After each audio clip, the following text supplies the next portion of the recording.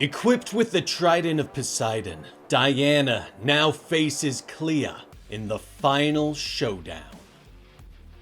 Diana whirls the Trident of Poseidon in her hand. The watery staff lashes out and knocks the fishmen away. But the weapon has a mind of its own and flows from her hand, slamming into the fishmen before returning to her in a wave.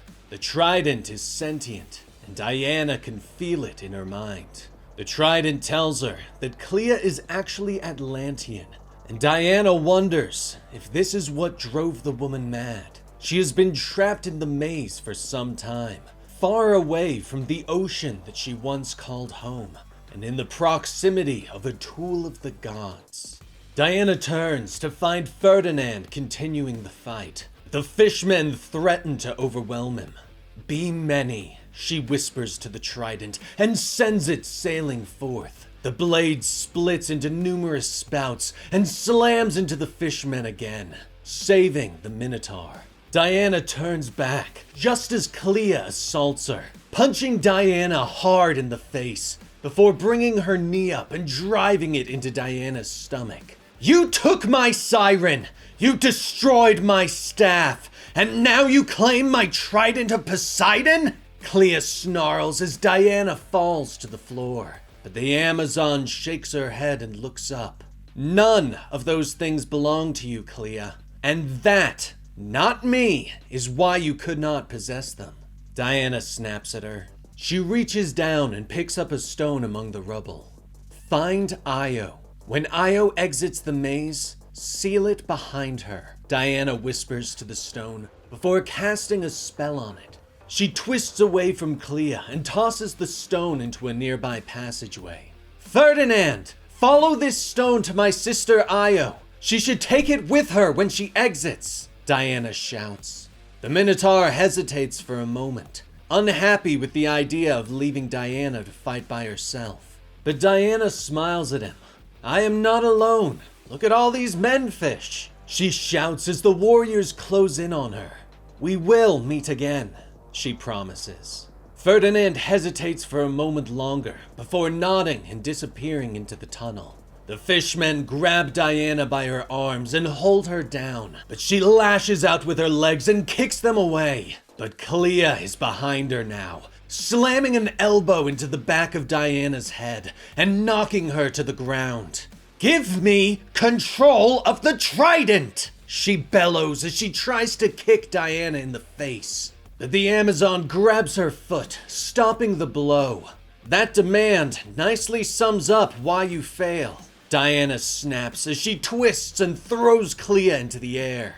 Diana holds out her hand and the Trident returns to her before bursting out into rippling waves that push all of the fishmen back. But Clea resists the attack and grabs hold of Diana.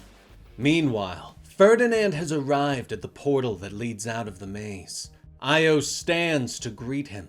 The Minotaur reaches down for the glowing stone and informs her that Diana said to take this out of the maze and it will seal it behind them.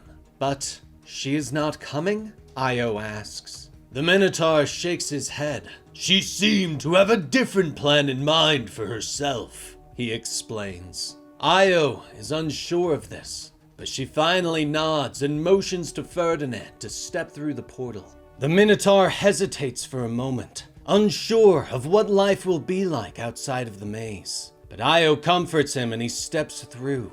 But immediately he clutches his head in pain at the sound of the siren's song, and he begins to struggle as his legs grow shaky. "Petra," he whispers. He pushes through the Hyron, past all the collapsed bodies, until he arrives at the pool. The siren Petra is singing as tears fall from her eyes. Diana's friends nearby, clutching their ears to try and prevent the sound from piercing their mind. But Ferdinand pushes through the pain, stepping into the pool and swimming out to his friend. "Petra! Petra, please! Petra, I'm here! It's okay," he whispers as he pulls her into a hug. The siren's monstrous form disappears, and the young girl looks up at him. "It's okay. We're free now, and it's all going to be okay, Ferdinand whispers as her song stops. Back in the maze, Clea slams Diana into the ground again before wrapping her hands around the Amazon's throat. Everything was fine until you got here, Clea bellows in rage. Diana shifts and elbows her in the face, driving her away. Was it though? You're trapped in a prison, cut off from your natural habitat, your homeland, and eating your own menfish, Diana reminds her. She motions to the pit, where the seawater has already begun to fill up and spill into the upper chambers. Clea's eyes widen in shock. Water? How did you? She questions. The water begins to fill the chamber, and the fishmen cry out with joy and begin to splash around. Not just water, Clea. The Pacific Ocean, Diana tells her, explaining that she has flooded the maze. I simply made a hole. Poseidon's Trident was a useful ally in this effort, Diana informs her. Clea stares at her in disbelief. There's an opening in the maze? She whispers. The fishmen continue to splash around them. All thoughts of battle have disappeared from their minds. There is. You can follow me to your freedom, Diana tells her. Clea falls to her knees. And what then? She questions. Diana looks at her thoughtfully, explaining that she can return to her home and her people. You were a monster in this maze, but are you a monster outside of it? I'm willing to take the chance and find out, Diana tells her.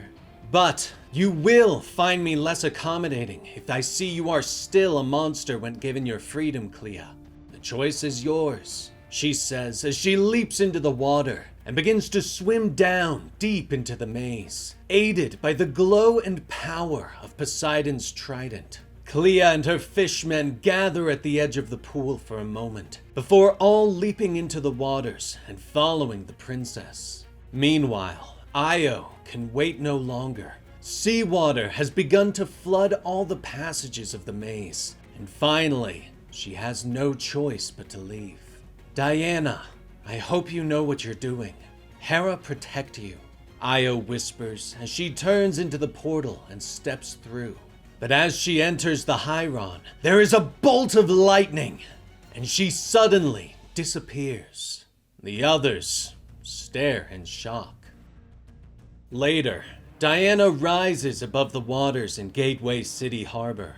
The people on the beach cheer for her, but Diana is distracted as she watches Clea and her warriors swim farther out to sea. Be good, Clea. Hera guide you to a better path, she whispers. Shortly, she returns to the Hieron to find all of the refugees. Where is my sister? Where's Io? She asks her friends. Steve and Edda step forward and explain what happened. No, Diana whispers, before falling to her knees at the smoking spot where Io once stood. Hecate, if I have ever pleased you, even once, show me a sign that she still lives, Diana prays. Her friends gather and watch sadly, but they are shocked when a dove suddenly flies over and drops an olive branch into Diana's hands. Well, that's quite biblical, Barbara whispers. Elsewhere, a bolt of lightning appears, and Io suddenly finds herself standing in a temple. She falls to her knees weakly, but looks up when someone calls her name. By Hera! Io!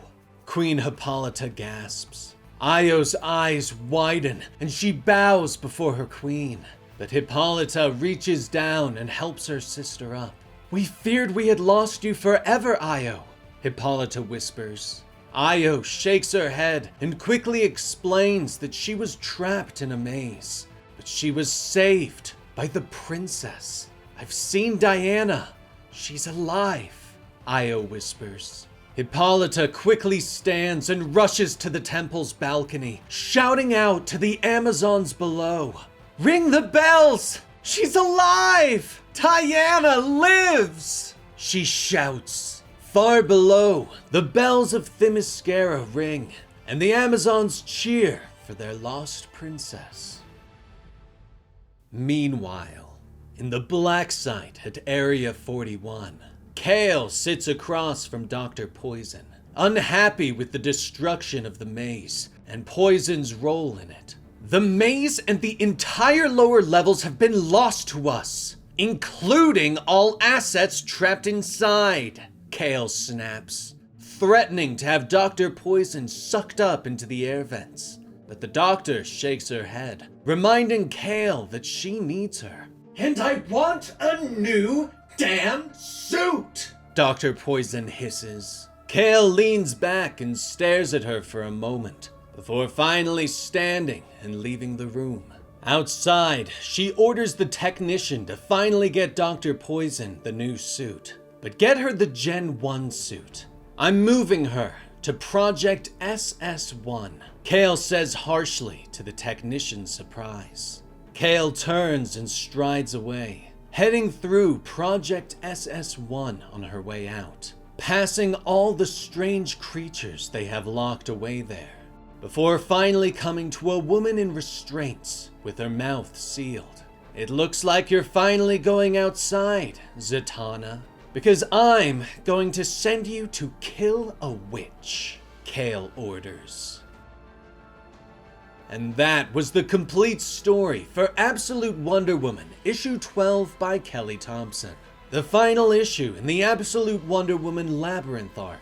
A solid finale, and I'm excited to see the Trident of Poseidon in Wonder Woman's armory. And very excited to see what happens when Absolute Zatanna enters the picture. But what did you think about today's story? Let me know in the comments below. And like and subscribe to the channel for new videos every Monday, Wednesday, and Friday. I'm Dan with Comicstorian, and we will see you next time. Rest in peace, Benny.